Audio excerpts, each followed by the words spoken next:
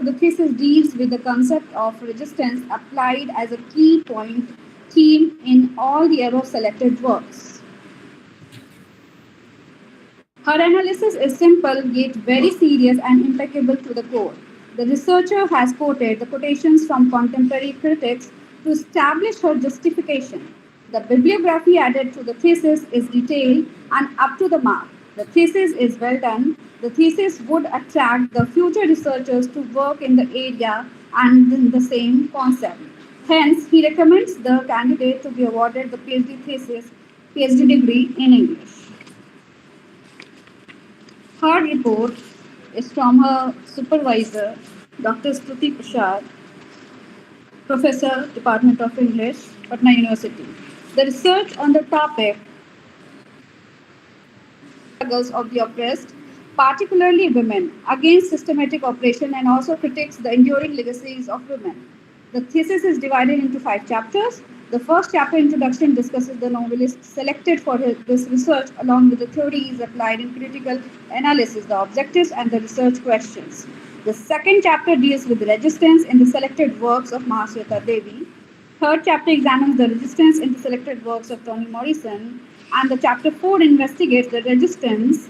In this chapter reveals how literary works expose the insidious effects of the new colonialism and serve examples of the marginalized voices rising to reclaim their identities and asserting their rights with a post-colonial framework. The 5th chapter is the conclusion, which incorporates the findings of the previous chapters effectively. The thesis critiques the way, despite coming from vastly different cultural backgrounds, the American South, rural India, and post-colonial Kenya. However, it is not just the diversity. This study also uncovers remarkable similarities in the representation of resistance, offering a global insight into the human quest for dignity and freedom. This research includes a very systematic, comprehensive, and scholarly examination of the idea and acts of resistance presented. The introduction is strong and conclusion is very convincing. The language used is lucid. The bibliography contains substantial and satisfactory list of books, articles, and other research materials. The award of PhD degree is strongly recommended by ma'am to the research scholar after a successful Viva-Voce examination. Thank you.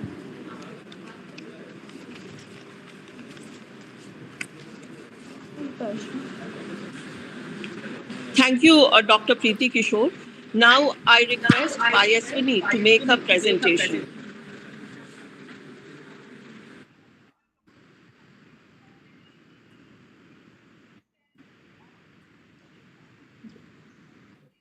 Am I audible, everyone? A very warm and pleasant afternoon, all the people present here. I would like to convey my regards to my external, Professor Vendra, to our respected Dean, Professor Rajesh Kumar Singh, to my internal examiner and my thesis guide, Dr. Stuti Prasad, Vibhas sir, Preeti ma'am, Anchit sir, and all the research scholars and students present here. The topic for my thesis is situating resistance in the selected works of Mahasweta Devi, Toni Morrison, and Viva-Voce.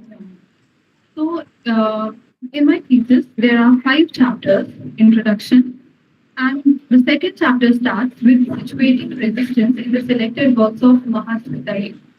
Thereafter, the third chapter is situating the resistance in selected novels of Toni Morrison. Afterwards, the resistance in the selected novels of Viva-Voce. So these are the 3 chapters, and my last chapter is conclusion. So before I start defending I would like to defend my thesis. Before that, I would like to explain, or I would like to bring forth this topic of resistance in front of all the people present here. So let us first discuss what is resistance literature. It's a subset of literary output, and it's a socio-political activity. Our society, politics, art, culture, all these things are intertwined. We cannot see one particular topic in separation or in alienation with one another. Resistance literature shows up For example, we have soldiers in the battlefields. Whenever, if you are going on road, someone tries to snatch your chain or to grab anything from you, you resist. You do not want to give what is yours to anyone else, what is rightfully yours. So, so how do we resist? How do I resist if I'm a writer? When I'm a writer, I cannot use a weapon, but it is said that pen is mightier than sword. So these writers, the writers' fight is to use their writings, their novels, their stories, their characters as their weapons to fight oppression and resist against these structures, whether it is gender based, as we see in the novels of Toni Morrison and primarily in Mahasweta Devi, whether it is liberation struggles, as we see in the novels of Viva-Voce, or whether it is racial discrimination in the novels of Toni Morrison or Viva-Voce. All these things are present in these novels, and my aim for this thesis is to find out to situate the resistance portrayed by the writers across all these novels and to have a comparative analysis between them. These novels, if you see, they are based across different geographical locations. Their locales are different. So, how are they different from one another, and how are they similar to each other? That is also one of the findings of this thesis. So, the thesis discusses multifaceted dimensions of resistance in literature, whether it is gender based, whether it is political resistance, resistance against colonialism, or resistance against racial discrimination. Different social, cultural and political contexts of resistance can be seen here. Then it also discusses how different intersections are found, intersectionalities between society, class, gender, all these things. What is resistance? It is an actively encounter with oppressive systems and structures. So, first step towards resistance is finding out that we are being oppressed and then raising a voice against it, whether it is a direct action or whether it is to the thought process of the character. So, resistance basically is understanding the concept of resistance. First thing, you have to understand that I'm being exploited. Secondly, spotting it, the spotting the levels, and then taking action against this. Necessarily, all the characters may not take a direct action against resistance. Especially in the novels of Nagugi Wasyongo and Mahasweta Devi, we see the characters in Vedan Bala. We see that the characters are not very often taking a direct approach towards resistance, but their thought processes and in a way they are passively resisting against these these oppressive structures. So now I'll move to the hypothesis of there were the four hypotheses were the theme of resistance against oppression is present. Forms of resistance based on gender, race, caste, ethnicity, economic backwardness are recurrent, and unique forms of resistance. So these three were the hypotheses. So first of all, let's talk about the findings related to cultural resistance in this work. The political message resides within the content of the culture. So whenever we see the cultural references of these novels, we can find that it is truly embedded. As we find that if we read the book Cultural Resistance Reader by Dunford, we find that culture and resistance, they are embedded with one another. We cannot separate culture and politics from each other. So from the what we see here, that the political message is expressed through culture, and cultural oppression is also, it is shown through the different change in the power arrangement, like we see colonialism, etc. The political message is also determined by how culture is received and interpreted.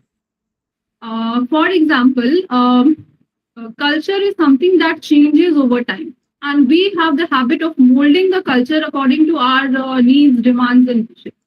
So, one way of showing resistance against the culture is also how we receive it. society imposes a number of restrictions, a number of rules, regulations. But it is up to a person that how we receive it and how often we allow these norms to regulate us. The action of producing culture, regardless of content or form of deception, that is also one of the political concepts. One of the findings of this thesis is also scales of cultural resistance. So different scales of cultural resistances were found that first of all, it is unconsciously political.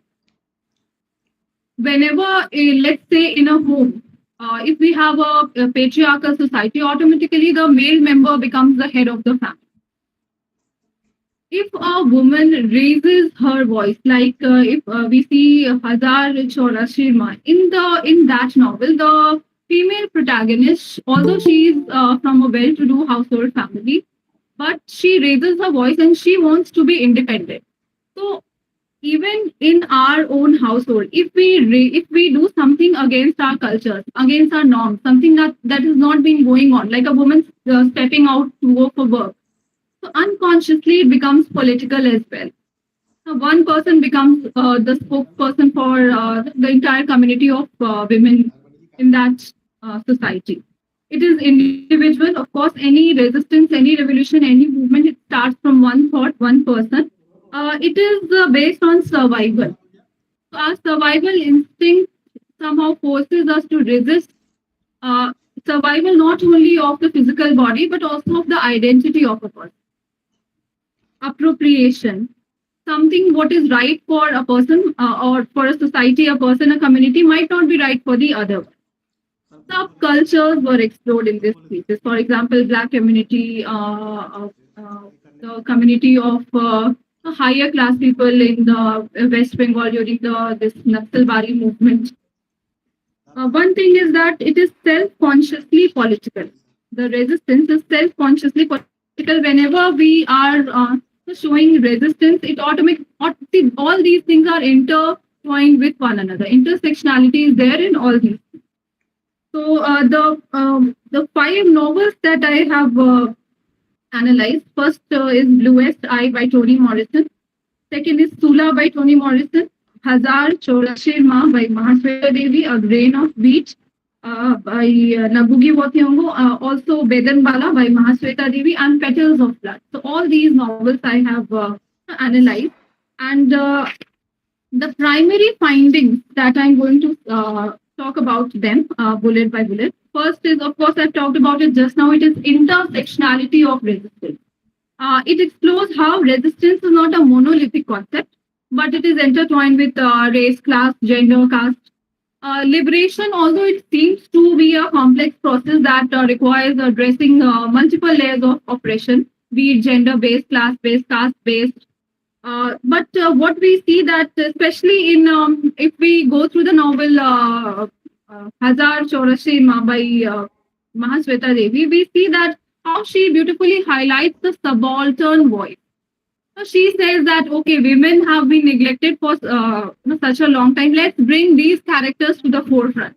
If a woman is the protagonist, naturally her struggles, her day to day, whatever she fights against, it becomes she becomes the spokesperson for the entire community. She illustrates how personal grief, like we see that Sujata Brati's mother, how her personal mourning, it evolved. How such a small, like a seed sprouts into a plant and grows into a big tree. So how that evolved into political activism, challenging both states' violence during the Naxalite movement and traditional patriarchal norms. So the women, if we talk about Mahasweta Devi, they are challenging at two levels, at multi levels, we can say, at personal level, in her house, and in her society, which eventually becomes a broader voice for society to listen to. In Toni Morrison's novel, what we find that she talks about in the Bluest Eye, we talk about particularly the colonial inheritance of beauty standards. Why is that only blue eyes are considered to be beautiful? But, the character Piccola in the novel, she represents the trauma of systemic racism, while Claudia's radical resistance For example, we see that in one instance, Claudia destroys the white doll. So it also serves as an affirmation of Black identity. Why should I have dolls that are white in color? In Sula, we see autonomy and motherhood. The thesis examines Morrison's Sula as a challenge to societal norms regarding marriage and motherhood. Sula, what we see that Sula, the main character, the character is for self-definition, negotiate power dynamics during the Kenyan struggle for independence. Also, we can in the works of Ngugi, we can also see how women's challenges are directly related to national freedom. Women's challenges are directly related to liberation of a nation. The character Bumbi, if we talk about her, she symbolizes the emotional labor and domestic resilience. Women are expected to stay in the house and be in a particular way in order to maintain the harmony of the family, peace of the family, and to maintain the familial bond. But how she goes against these structures during the turmoil of Mau Mau rebellion. One more finding is moral complexity of resistance. Resistance is portrayed as complex moral puzzle rather than a straightforward path. Some thoughts come into the mind of a person, or some collective thoughts come into the mind of a group, which leads to resistance, which leads to national movement. So resistance is not something that is very straightforward. It has layers and layers and text and subcontext. And also, if we talk about resistance, we have to deal with cultural and ethical uncertainties, if we talk about because either we have to resist against the ongoing system. For example, if we talk about Parda system or any other system, so in these systems, what choice we have? Either to go with a society that is very peaceful. If you find it that I should be resisting against it, then you have to take up. You raise your voice either in form of writing or in the form of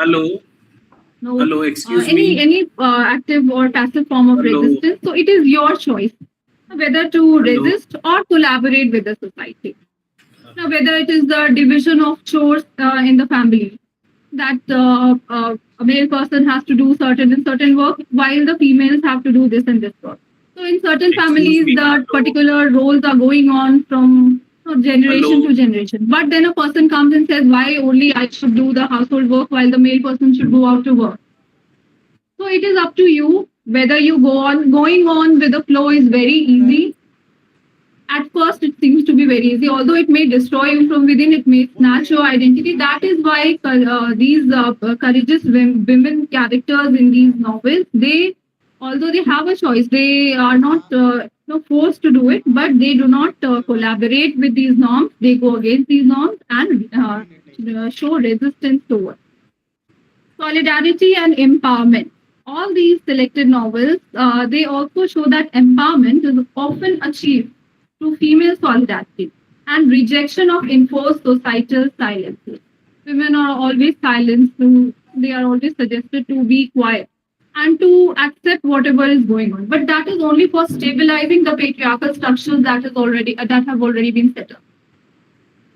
Why cannot we alter these structures? So this power of storytelling and this power of molding different characters to show different type of resistance.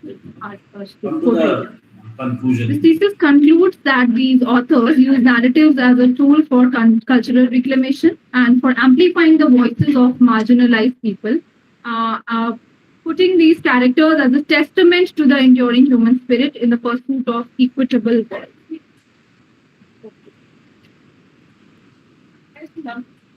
Yes. So I'll like to conclude. So this thesis highlights how resistance in literature reflects struggles against socio-political oppression. It also examines the impact of globalization, impact of forming of new societies on the different characters. Themes in these works connect issues like gender intersectionality, as I talked about, And also, it deepens the understanding of characters, experiences of oppression. Uh, Further scope of study or the societal impact can be that how contemporary movement on resistance narratives they are affected by the resistance movement of the past, and also how current global issues like gender equality or racial justice, anti-colonial activism, how they are related to this issue. So these can be the scope for further. So now I'd like to conclude my presentation. Do you have to say anything? Now I'd like to conclude my presentation, and I would like to thank all of you for listening so patiently. Thank you very much, everyone. Once again, I'd like to thank all my examiners, external examiner, Professor Vera, my internal examiners, all the teachers, respected dean presenter, and all the students. Thank you very much. Have a very nice day. Thank you, Payaswini. Now I request Professor Behera to ask questions. Okay. Can you hear me? Am I audible? Am I audible? You are audible, sir. Okay. Professor. Okay. I just ask you a few questions. How do you actually justify your selection of the texts? Why these texts only when it comes to resistance? Why not any other texts? Thank you very much for your question, sir. My text that I have selected, there are 6 texts.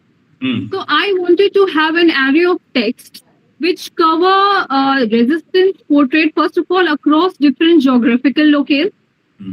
Like we have here Kenya, Africa, and India. I also wanted to have a comparison of what is going on in India compared to the resistance or movements that are in the outside world, especially compared to Kenya and Africa. Secondly, I selected these novels in which I can compare women characters from different parts of the world.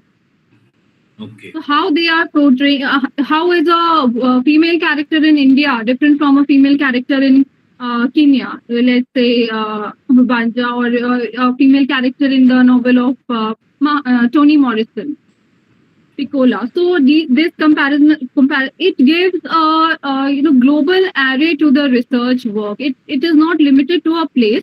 It first of all, it discusses about one place, and then it gives a comparative analysis also. So comparing one place with another, comparing people of one place to the people of different places, different social, cultural, political context of all these places. Because we know that the social orders, cultural differences, political situations, all are different throughout the country. So how do people react to these different situations? That all is put through in this one thing. Okay. Because you have used, as you said, that you have used a comparative approach to these texts, I just wanted to know that how do you actually conceptualize the idea of resistance? Is resistance something which is very, it's very, determined by the socio-cultural context, or is there something, let's say, universal about resistance? Resistance, it is like like a seed which germinates in the mind of a person, or it is a shared idea in a different group of persons. But then it also elevates and it escalates to a universal level. It's just like any human emotion that is produced in the mind of a person, but each and every person can relate to it, just like the emotion of love or hatred. Resistance is also like that. It is a subset. Resistance is shown when a person has already gone through something or like oppression, or they've suffered somewhere. So it is also a personal emotion, and it becomes broader, like the rivers coming together to form a vast sea.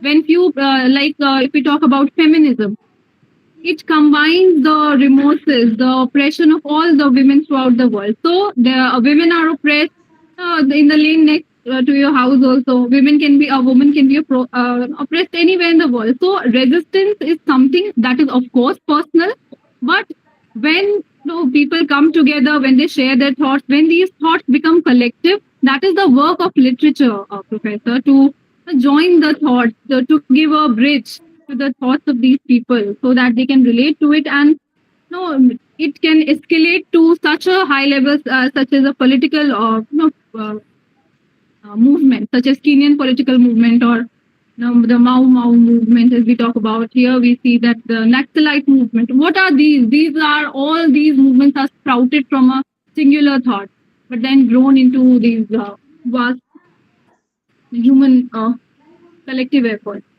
Okay. Uh, uh, you see, when you talk about, let's say, resistance in Mahashweta Devi's works, uh, uh, do you think that Mahashweta Devi romanticizes resistance, or she presents resistance as something which is harsh and fragmented and contradictory? If we talk about the novel of Mahasweta Devi, so like the novel, if we talk about the Hazar Chaurasi Ma, it starts with the whereabouts of the death of her son. So of course, the novels, it presents the harsh realities of the society. Mahasweta Devi is a writer who wants to bring women to the forefront, not as someone who is only presented as an ideal in the society, who adheres to the norm of the society, but one who breaks the chain. So the first part, whenever we talk about the characters of Mahasweta Devi, although they start off as women who are trapped in their households or in the societal structures, like in Bedan Bala, we see they are trapped in the profession of no, uh, uh, but what we see there is that these women, they uplift themselves, and of course this upliftment needs struggle. It does not need romanticism. It needs no harsh when they face the harsh realities of life. After that, they only become aware of it and show their resistance towards. Okay. Now, if you look at Toni Morrison's work, okay, so Toni Morrison work, this whole idea of identity formation. How is this identity formation itself is a form of resistance? You tell me, especially in Bluest Eye and Sula.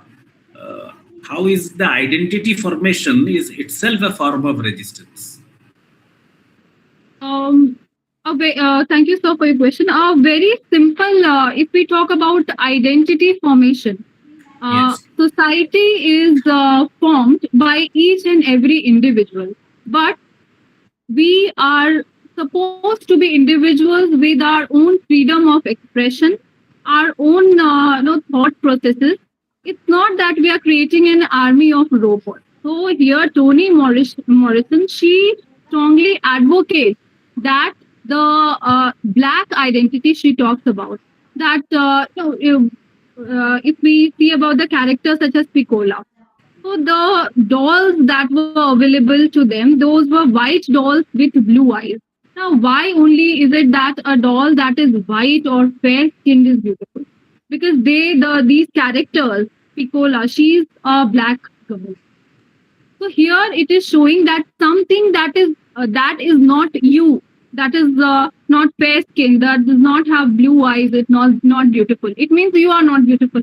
So through a small gesture such as that doll, a message is being given that anything that is similar to this particular doll is beautiful, but you are not.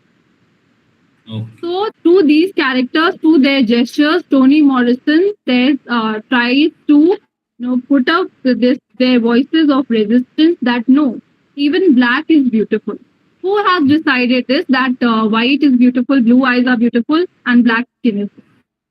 So whenever in the step for gaining liberation, first of all, we have to get liberated from our own cage of mind, our own shackles. That my identity, what I think to be myself, is not good. The other is okay. This is the whole idea of the other, that the oppressed is not good enough, while the oppressor is the standard of anything. Okay.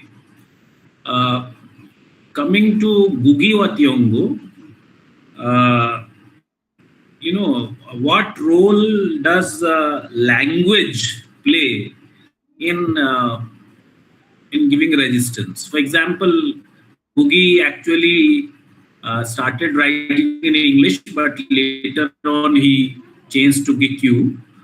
So is this is this shift from English to GQ is also a form of linguistic resistance? Yes. See, a very common example is that whenever we get hurt, the cry that comes out of our mouth is in native language. So native language is the language of our soul. However, we try to express in some other language, but when we talk in native language, it connects because emotion is best expressed in our native language. So why he moved on to GQ language is that he felt that this language, by writing in this language, he will connect more to the people of his motherland, to the people of Kenya. That is why he. One more thing is that all the references, the local references, the names, whatever locales, whatever cultural and social associations are there. So they are far more relatable in the native language in compared to some other language. So that is why he chose it. People will relate to it. They will be more. They will feel more connected to it.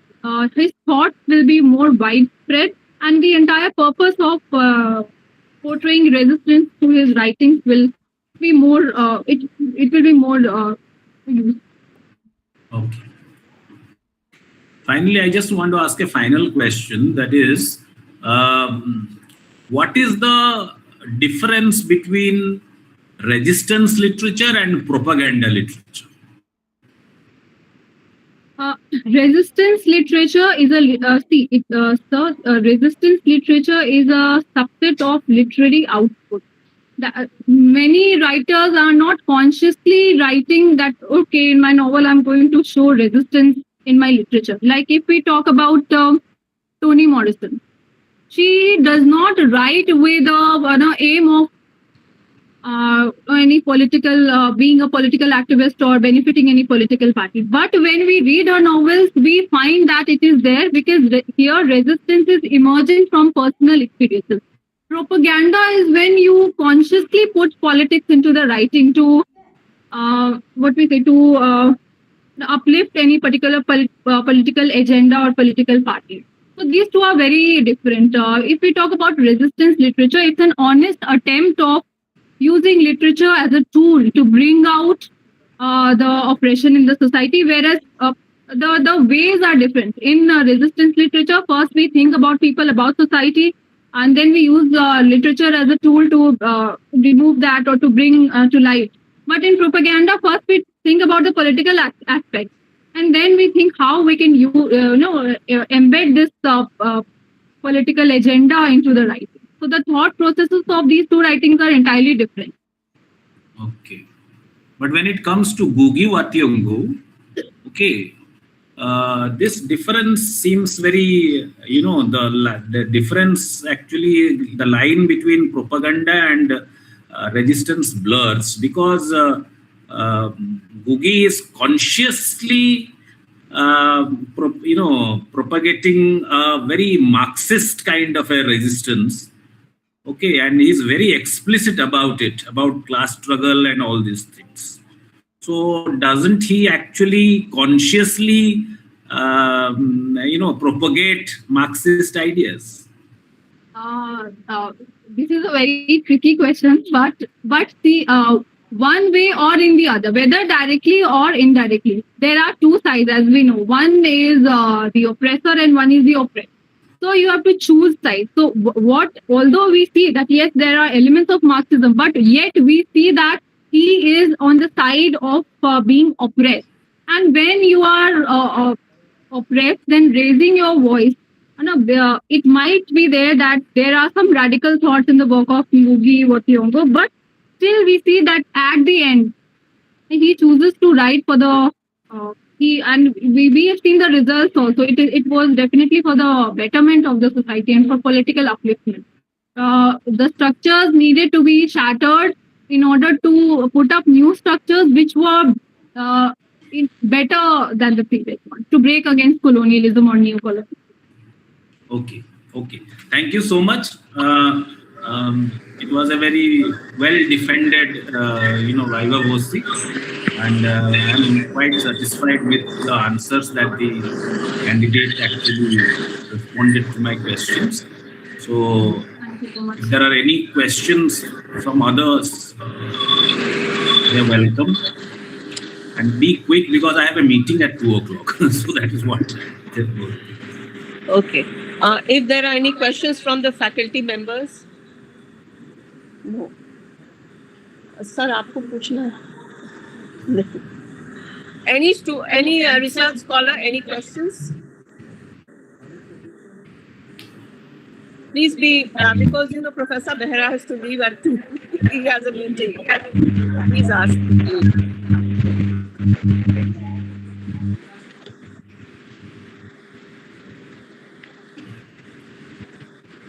Please ask. Thank you so much.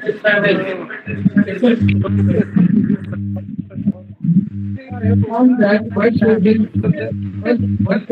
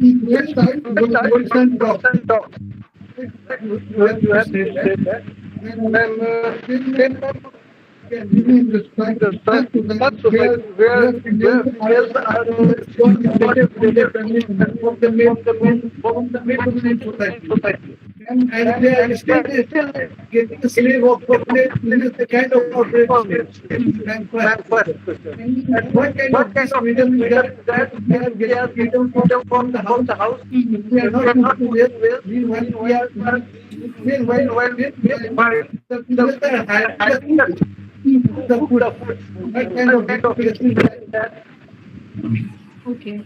Okay, thank you for question. It was a very elaborate question. So they are, it needs a whole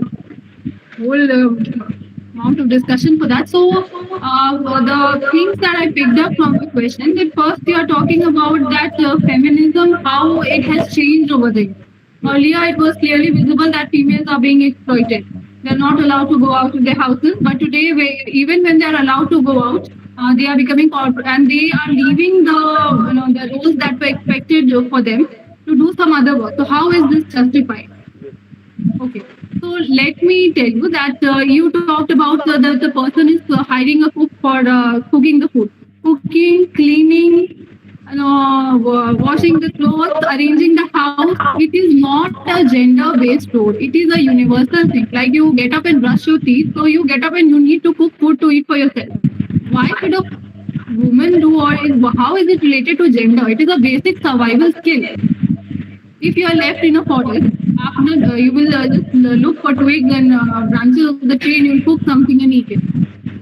But the patriarchal society has taken best of both worlds.